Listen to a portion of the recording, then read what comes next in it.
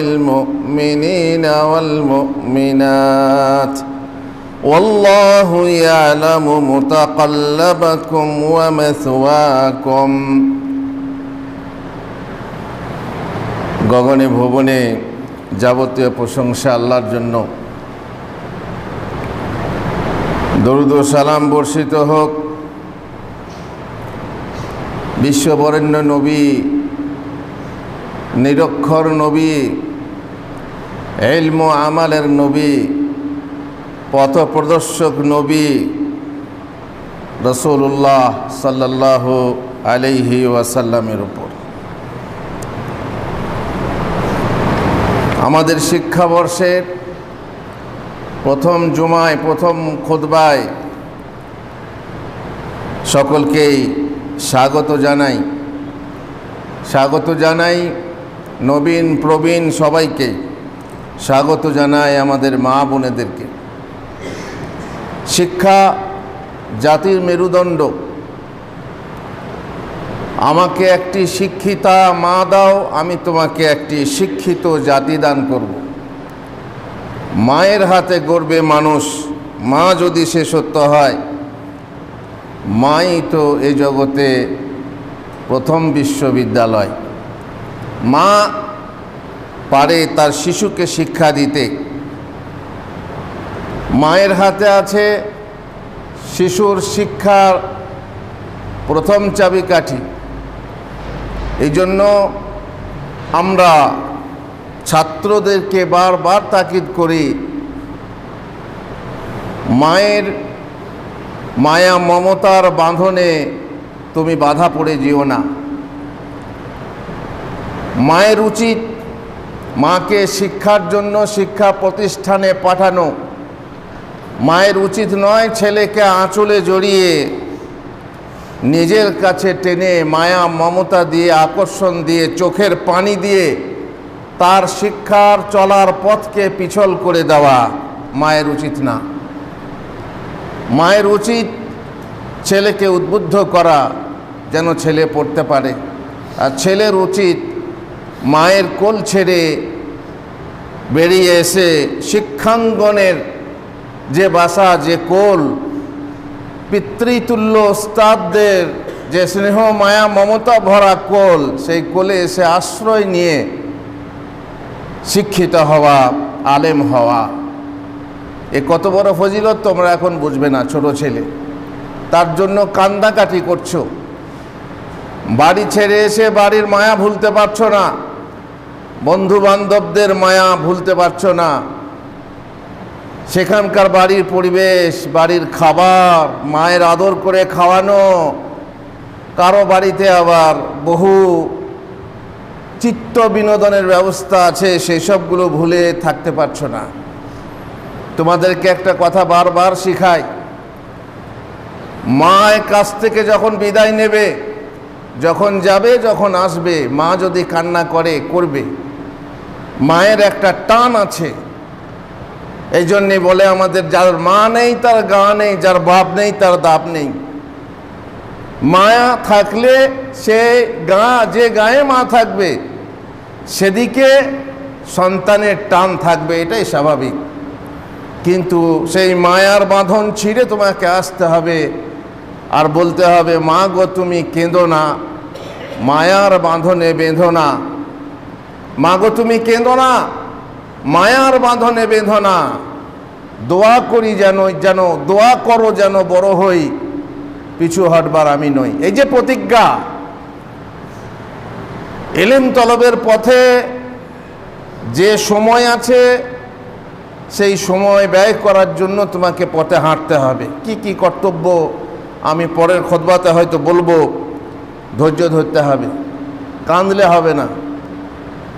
যারা কাঁদতে জানে, কানার সময় আছে আলাদা, কিন্তু যেখানে ধৈর্য ধরে প্রতিষ্ঠিত থেকে ইলম চর্চা করবে, সেখানে কাঁদার জায়গা নয়। সেখানে সুদৃঢ় হতে হবে, পদদৃঢ় হতে হবে, দৃঢ়চিত্ত হতে হবে, দৃঢ় সংকল্প হতে হবে। মানুষের জন্য প্রথম ফরজ তা হচ্ছে জ্ঞান শিক্ষা করা। ঈমান শিক্ষা করা। কোরআনের প্রথম অবতীর্ণ আদেশ হচ্ছে ইকরা, পড়ো। দ্বিতীয় ফরজ হচ্ছে আমল করা। তৃতীয় ফরজ হচ্ছে তা তাবলীগ করা বা প্রচার করা, পৌঁছে দেওয়া মানুষের কাছে। শুধু শিখলেই হবে না, আমল করতে হবে।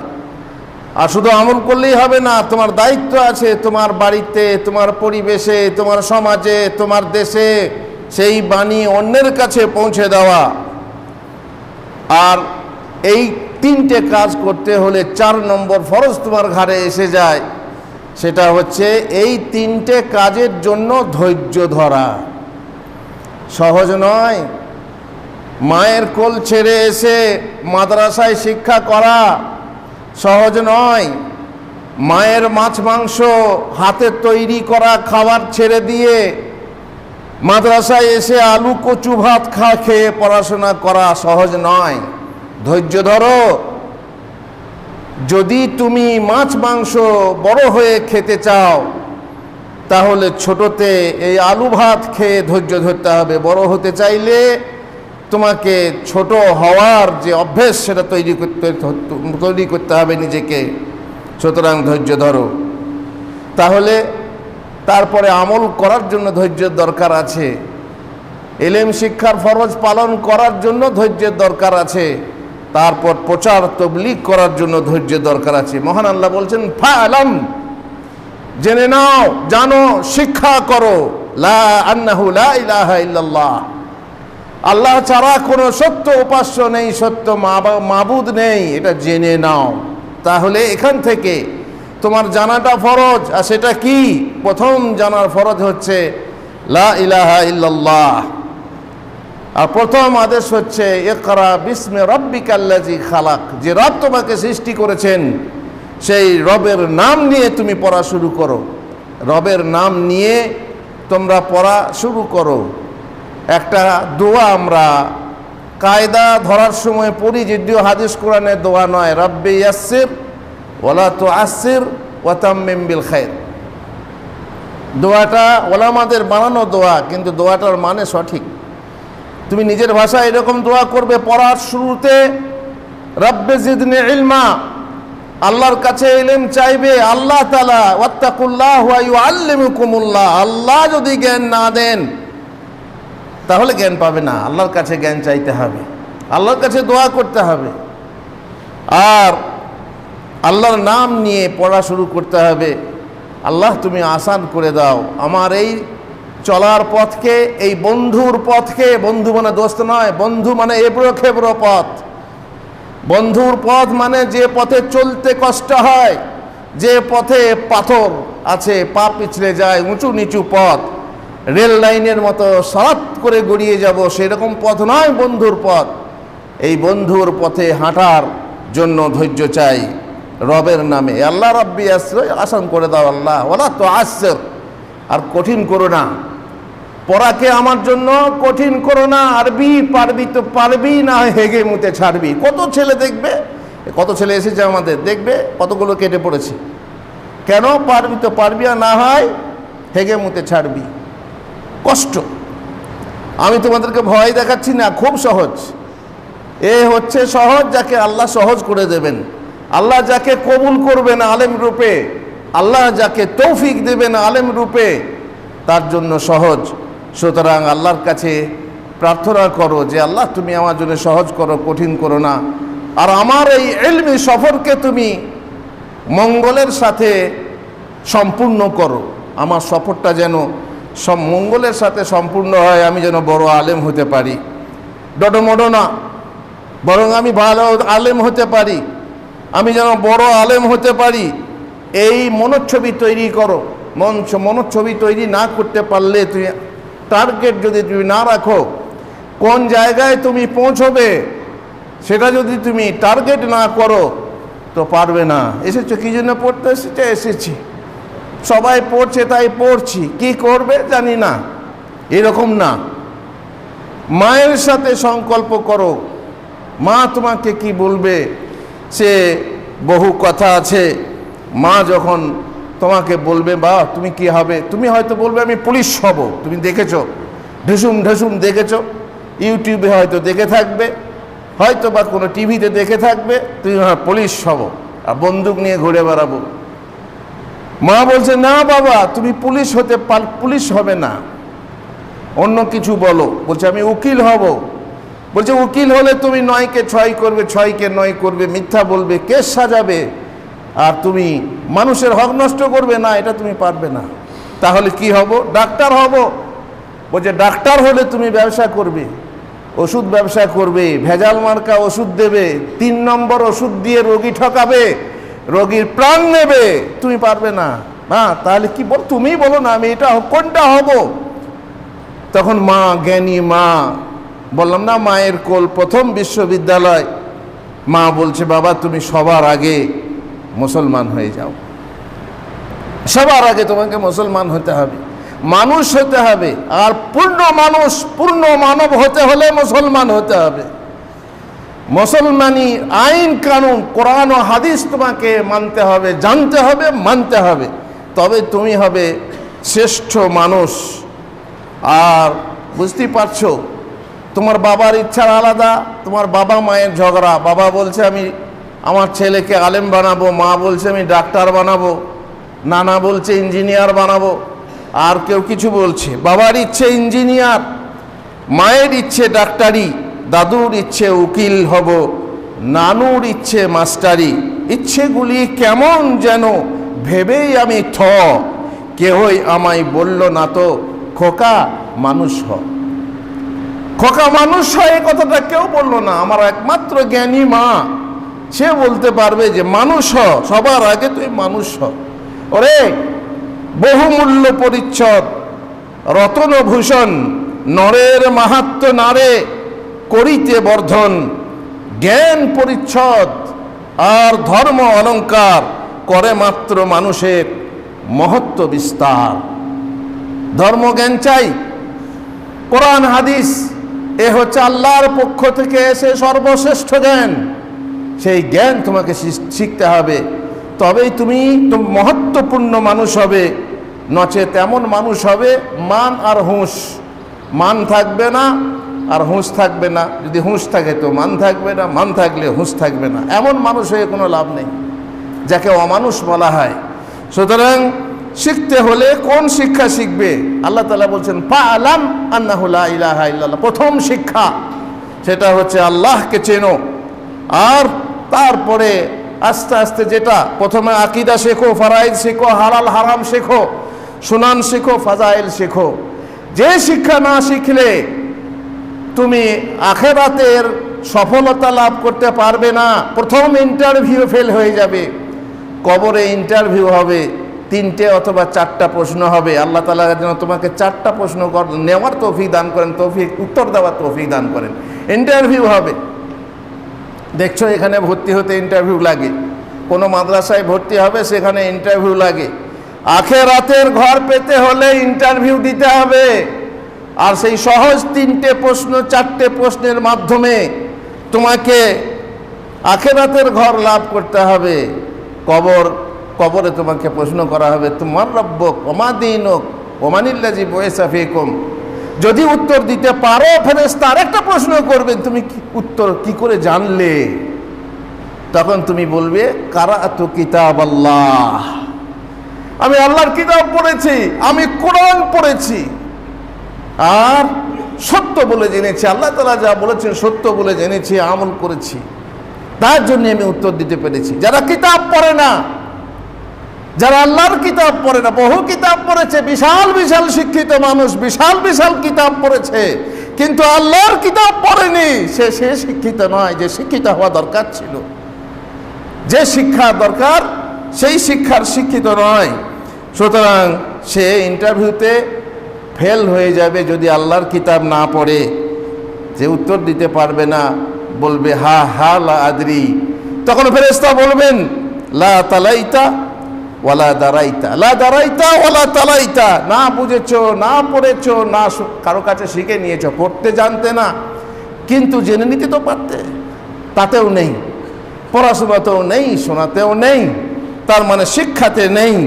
সুতরাং তুমি পরীক্ষায় ফেল হলে, ইন্টারভিউ ফেল হলে আর ভর্তি হতে পারবে না।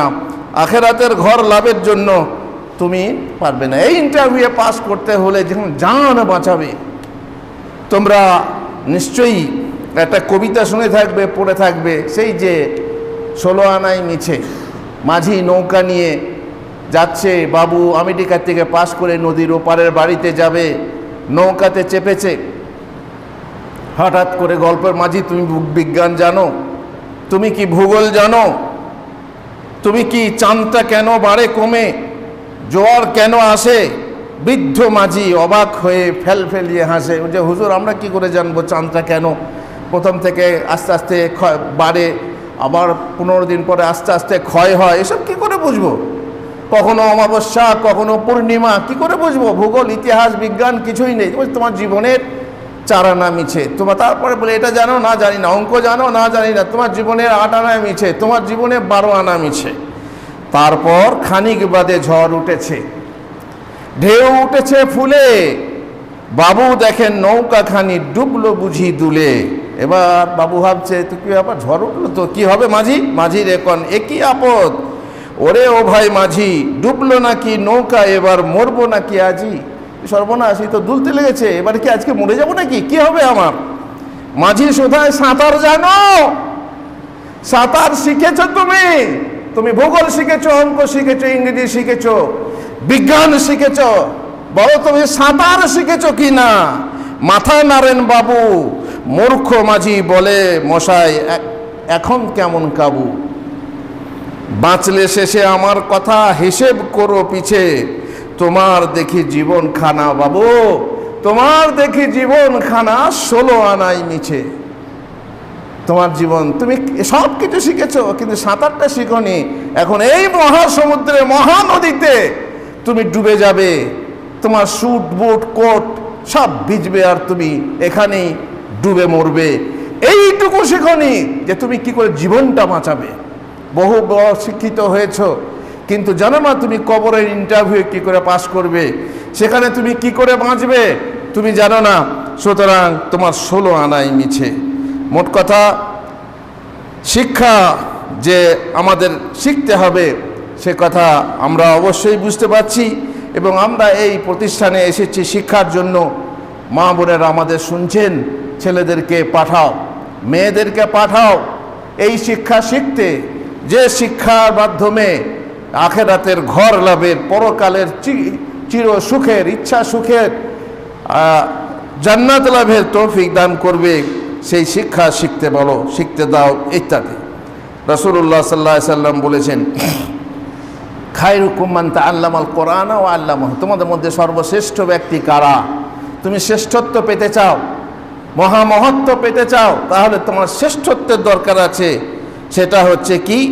যে কোরআন শিক্ষা করো। সেই ব্যক্তি তোমাদের মধ্যে শ্রেষ্ঠ যে কোরআন শিখে এবং অপরকে শিক্ষা দেয়। আর এই বাগান, এই ইলমের বাগান, এ ফুলের বাগান দেখতে পাচ্ছি, তার মাঝে কত রকমের ফল ফুল দেখতে পাচ্ছি। এই বাগান হচ্ছে আমাদের ইলমের বাগান, যেখানে তোমরা ফোটা ফল, ফোটা ফুল, সেখানে তোমরা ফলিত ফল এবং ফোটা ফুল, এই রাস্তায় যে চলবে সে আসলে জান্নাতের রাস্তায় চলবে। মান সালাকা তারিকান ইয়াতলুবু ফীহি ইলমান সালাকাল্লাহু বিহি তারিকাম মিন তুরুকিল জান্নাহ। এই পথে যদি চলো, এই বন্ধুর পথে যদি চলো, তাহলে এ পথ হচ্ছে জান্নাতের পথ।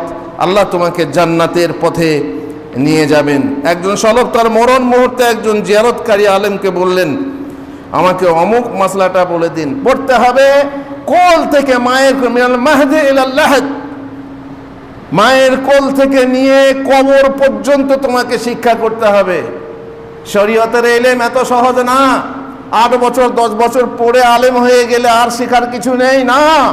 যত পড়বে তত মনে হবে আমি মূর্খ, আমি কিছুই জানি না। পড়তে হবে, চর্চা করতে হবে। তারপরে আলেম বলে, আমাকে অমুক মাসলাটা বলে দিন। তিনি বললেন, এই মরণ যন্ত্রণায়, সব যন্ত্রণার সময় আপনি মাসলা শুনবেন?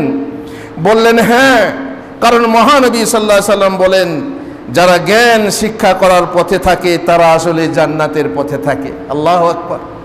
এলেম চর্চা করতেই থাকবো শেষ পর্যন্ত। যেহেতু এলেম চর্চার পথ হচ্ছে জান্নাতের পথ, আমার মরণটা যেন জান্নাতের পথে হয়। আব্দুল্লাহ বিন মুবারক, তাকে জিজ্ঞাসা করা হলো যে যদি আপনি জানতে পারেন যে আপনি আজ সন্ধ্যায় মারা যাবেন, তাহলে আপনি কি করবেন? তখন তিনি বললেন, মৃত্যু আসা পর্যন্ত আমি ইলম অনুসন্ধান করতে থাকব। আল্লাহ আমাদেরকে তৌফিক দেন এই প্রতিজ্ঞা নিয়ে যেন আমরা আমাদের শিক্ষাবর্ষ শুরু করতে পারি, এবং আমরা আল্লাহর কাছে দোয়া কামনা করি যে আমরা যেন তৌফিক লাভ করি। আল্লাহুম্মা আমিন। বারাকাল্লাহু লি ওয়া লাকুম ফিল কোরআনিল আযীম ওয়া নাফা'নি ওয়া ইয়্যাকুম বিল আয়াতি ওয়াজ যিকরিল হাকীম। ইন্নাহু তাআলা জাওয়াদুন কারীমুম মালিকুম বাররুর রাউফুর রহিম। আলহামদুলিল্লাহ রাব্বিল আলামিন ওয়াসসালাতু ওয়াসসালামু আলা রাসূলিহিল কারীম ওয়া আলা আলিহি ওয়া সাহবিহি আজমাইন। শিখবে তো শিখবে, ভালো ইলম শিখবে, কারণ শেখার বহু ইলম আছে। আবার শরঈ ইলমও বহু রকমের ইলম আছে, বহু রকমের মাদ্রাসা আছে। তুমি কার কাছে শিখবে? কোন ওস্তাদ ধরবে? ওস্তাদ ধরবে যারা সহি আকীদার, যারা সহি আমলের, যারা সহি চরিত্রের। চরিত্রহীন ওস্তাদদের কাছে খবরদার চরিত্রহীন হতে যাবে না। চরিত্রহীনদের কাছে যত বড়ই ইলম থাক না কেন, তাদের কাছ থেকে ইলম নিতে যাবে না। বিদাতীদের কাছে ইলম নিতে যাবে না, হিদাতীদের কাছে ইলম শিক্ষা করো। কিভাবে শিখবে? ধৈর্যের মাধ্যমে শিখবে। যেমন আগে ইঙ্গিত দিয়ে এলাম, ধৈর্যের সাথে শিক্ষা করবে। আর শিক্ষার আগে আদব শিখবে। আদব, বেয়াদব যে হবে সে না আলেম হতে পারবে, আর না মুতাআল্লিম হতে পারবে, আর না মুআল্লিম হতে পারবে। বেয়াদব না আলেম হতে পারবে, আর না মুআল্লিম হতে পারবে। শিক্ষার আগে, তালেবে ইলম হওয়ার আগে, অথবা তার সাথে সাথে আদব শিখতে হবে। আদব, কাক বড়দের সাথে আদব, ওস্তাদদের সাথে আদব। তাদেরকে কিভাবে সম্মান করতে হয়, তাদেরকে সন্তুষ্ট রেখে তাদের কাছ থেকে ইলম নিতে হয়, এইভাবে আদব শিখতে হবে। আদবের সাথে যদি তুমি থাকো, আদবের সাথে যদি তুমি পড়াশোনা করো, তাহলে ইলম আসবে তোমার কাছে, আর না হয় না। মায়েরা আমার, আল্লাহ তাআলা কোরআনে বলছেন, ইয়া আইয়ুহাল্লাযীনা আমানু কু আনফুসাকুম ওয়া আহলিকুম নারা। হে ঈমানদাররা, তোমরা নিজেদেরকে জাহান্নাম থেকে বাঁচাও আর তোমার পরিবার বর্গকে জাহান্নাম থেকে বাঁচাও। তুমি আজকে তোমার ছেলেকে এই দুপুরে, ভর দুপুরে রোদে বের হতে দাও না। বাবা যাস না রে, পুড়ে যাবি। বাবা ঠান্ডায় বের হস না রে, জ্বর হবে, সর্দি হবে ইত্যাদি। আর কাল জাহান্নামের আগুনে যখন তোমার সামনে তোমার ছেলেকে ফেলা হবে, তখন তুমি সহ্য করতে পারবে? তাতে জাহান্নামের আগুন থেকে তাদেরকে বাঁচাও, যার ইন্ধন হচ্ছে মানুষ এবং পাথর। মানুষই তো জ্বলবে। আর এমন পাথর আছে যেমন সূর্য জ্বলছে কোটি কোটি বছর ধরে, জাহান্নামও সেই রকম জ্বলবে। তার উপরে কঠোর স্বভাবের ফেরেশতা নিয়োগ করা হয়েছে ইত্যাদি ইত্যাদি। তো যাই হোক, মায়েদেরকে বলা হচ্ছে, বাবাদেরকে বলা হচ্ছে যে নিজের শিশু সন্তানকে জাহান্নাম থেকে বাঁচাও। ভবিষ্যতের লক্ষ্য আশা মোদের মাঝে সন্তরে শিশুর পিতা ঘুমিয়ে আছে। সব শিশুদের অন্তরে এক একটা শিশু আর কালকের পিতা। এক একটা দেশের এই ছেলে কালকের ভবিষ্যতের নাগরিক। অতএব এই আমানত, যে আমানত আল্লাহ তোমাদেরকে দিয়েছেন, সেই আমানতে খেয়ানত করো না। ইন্নাল্লাহা ইয়ামুরুকুম আন তুআদ্দুল আমানাতি ইলা আহলিহা। তোমার ছেলে সন্তান, তোমার মেয়ে, তোমার ঘরে আমানত। এ তোমার ব্যবহারের জিনিস না, এ তোমার ঘরে রাখার জিনিস না, এ তোমার আঁচলে বেঁধে রাখার জিনিস না। এদেরকে মানুষ হতে দিতে হবে, মানুষ করতে হবে, আমানতে খেয়ানত হবে। আল্লাহ তাআলা বলছেন, ইয়া আইয়ুহাল্লাযীনা আমানু লা তাখুনুল্লাহ ওয়া রাসূলা তাখুনু আমানাতিকুম। আল্লাহ রাসূলের আমানতের খেয়ানত করো না, তাদের খেয়ানত করো না, তোমাদের আমানত খেয়ানত করো না, নিজেদের আমানত। আলা কুল্লুকুম রাঈন ওয়া কুল্লুকুম মাসউলুন আন রাঈয়াতিহি। জেনে রাখো, তোমরা প্রত্যেককে দায়িত্বশীল। মা দায়িত্বশীল, বাবা দায়িত্বশীল, এবং যে নেতা সে দায়িত্বশীল, ছাত্র সেও দায়িত্বশীল, ওস্তাদ সেও দায়িত্বশীল, প্রত্যেকে দায়িত্বশীল। সুতরাং তার দায়িত্বশীলতা সম্পর্কে কাল কিয়ামতে জিজ্ঞাসা করা হবে, ওয়া হুয়া মাসউলুন আন রাইয়াতিহি, তার দায়িত্বশীলতা সম্পর্কে কিয়ামতে জিজ্ঞাসা করা হবে, সে তার দায়িত্ব পালন ঠিকভাবে করেছিল না করেনি, কাল নিশ্চয়ই খবর হবে। মায়েরা জেনে রাখো, মানুষ যখন মারা যায় তার আমল বন্ধ হয়ে যায়, সুতরাং তখন আর কোনো আমল থাকবে না। কিন্তু তোমার ছেলেকে যদি তুমি ঘুরে যাও, তোমার ছেলে জান ভরে তোমার জন্য প্রাণ ভরে দোয়া করবে, আর সে পার থেকে যদি তুমি কোনো কষ্ট থাকো, কষ্ট লাঘব হবে। আর না হয় যদি জান্নাতে থাকো, হঠাৎ করে জান্নাতে তোমার মান বর্ধন হবে। ফেরেশতাকে জিজ্ঞেস করবে, আমার এই মান বর্ধন কি করে হলো? ফেরেশতা বলবেন, তোমার ছেলে তোমার জন্য ইস্তেগফার করেছে, তার জন্য। এমন ছেলে তৈরি করে যাও মা, যে ছেলে তোমার জন্য মরার পরে তোমার জন্য দোয়া করবে। আর এমন ছেলে তৈরি করে যেও না, এমন মেয়ে রেখে যেও না যে তোমার জাহান্নাম যাওয়ার কারণ হবে, অথবা তোমার মরে যাওয়ার পরে তোমাকে গালিগালাজ করবে। তোমার জন্য দোয়া করা তো দূরের কথা, তোমাকে তালবস ম দিয়ে কত রকম করে গালাগালি করবে। খবরদার এমন সন্তান তৈরি করে যেও না। আর ভয় করো না মা আমার, তোমার ছেলেকে যদি মাদ্রাসায় দাও, তোমার বরকত হবে না, তোমার ঘরে কাজ হবে না, তোমার ঘরে কাজের হেল্প হবে না, সাহায্য হবে না, এটা ভয় করো না। রুজি আসবে না, ভয় করো না। এমনিতে শিশুকে কাজে লাগানো আমাদের আইনেও বৈধ নয়। শিশুকে কাজে লাগাচ্ছ, শিশুকে পড়তে দাও, শিশুকে মানুষ হতে দাও, আর বরকতের ভয় করো না। তার হাদিসে আছে যে রাসূলুল্লাহ সাল্লাল্লাহু আলাইহি ওয়াসাল্লামের যুগে আখাওয়ানি আলা আহদিন নবী সাল্লাল্লাহু আলাইহি ওয়াসাল্লাম, দুই ভাই ছিল।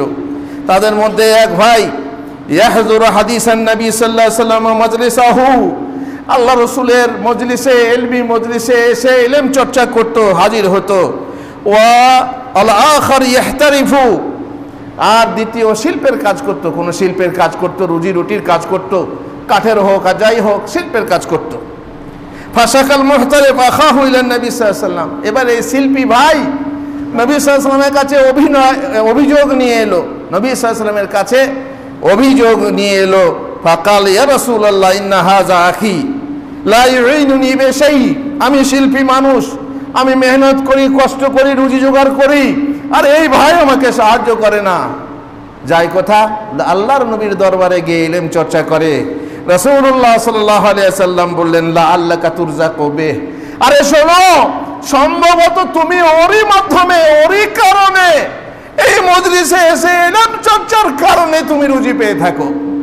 তুমি যে রুজি পাচ্ছ তোমার শিল্পের মাধ্যমে, এরই বরকতে, এর ইলমে চর্চার বরকতে তুমি রুজি পাচ্ছ। অতএব মা, তুমি ভেবো না তোমার ছেলেকে মাদ্রাসায় পাঠিয়েছো বলে তোমার ক্ষতি হবে, ক্ষতি হবে না, তোমার বরকত হবে। তোমার চাকরিতে বরকত হবে, তোমার ধানে ফলে ফুলে বরকত হবে, তোমার ব্যবসাতে বরকত হবে। ওই ছেলেকে মাদ্রাসায় পাঠিয়ে তোমার কোনো ক্ষতি হবে না, সব সময় সৎ সাহস দেবে। আর বললাম যাবি না, পারবি, ছেড়ে দে না, খবরদার না, সব সময় উৎসাহিত করতে হবে। যেমন সালাউদ্দিন মারা বলতেন, মা তো বাবা নেই, কিংবা বাবা কামাই করতে পারে না, মা বলতেন, বাবা তুই মাদ্রাসা যা, চিন্তা করিস না, আমি চরকাই সুতো কেটে আমি তোমাকে পয়সা পাঠাবো। চরকাই সুতো কেটে, আমাদের ওহমা আছে, কেউ শাড়ি সেলাই করে, কে কাঁথা সেলাই করে, গরিব মানুষের মেয়ে, মা, গরিব ছেলের মা, সে চায় তার ছেলে মানুষ হোক, সে চায় তার ছেলে আলেম হোক, অমুক আলেমের মতো হোক, অমুক আলেমের মতো হোক, যেন কাল কিয়ামতে মুখটা উজ্জ্বল হয়। সুতরাং সেই মা কষ্ট করে, মেহনত করে, বরং পরের বাড়িতে কাজ করেও সে ছেলেকে, মেয়েকে মানুষ করতে চায়। এরকম মায়ের দরকার আছে, এরকম মায়ের দরকার আছে। সব সময় উৎসাহিত করতে হবে ছেলে মেয়েকে, যেন তারা আলেম হতে পারে আর বাড়িমুখ না হয়। বাড়িমুখ হলে তুমি তাকে মাদ্রাসা মুখ করো। আর শেষকালে বলি, সকলকেই বলি, মা বাবা সবাইকে বলি, ছাত্র যারা আছে, যারা শুনছো তারা সবাইকে বলি, ওমর বিন আব্দুল আজিজ কিংবা কোনো এক সালাফের উক্তি আছে, যেটা আরবি বলছি, আমি বাংলাটা বলছি, যদি পারো তাহলে আলেম হও, ইন তাস্তাতি ফাকুন আলিমান, যদি তুমি পারো তাহলে তুমি আলেম হও, যদি না পারো তাহলে তালেবে ইলম হও, তাও না পারলে তাদেরকে ভালোবাসো, তাদেরকে ঘৃণা করো না। তারা যখন গ্রামে যায়, তোমার বাড়িতে যায়, কোনো কাজে যায়, কোনো জায়গায় ভিক্ষা করতে হয়, আর তাদেরকে তুমি তাচ্ছিল্য করবে, তুচ্ছ করবে, সেটা যেন না হয়। তাদেরকে ভালোবাসো। আর ভালোবাসতে যদি নাও পারো, তাও যদি না পারো, তবে ওদেরকে খবরদার ঘৃণা করো না। তালেবে ইলম বলে ঘৃণা করো না। তোমার কাছে 5টা ছেলে আছে, 5টা ছেলের মধ্যে আরো শিক্ষিত চাকরিওয়ালা ছেলে আছে, আর এক ছেলে যে তালেবে ইলম, তুমি তাকে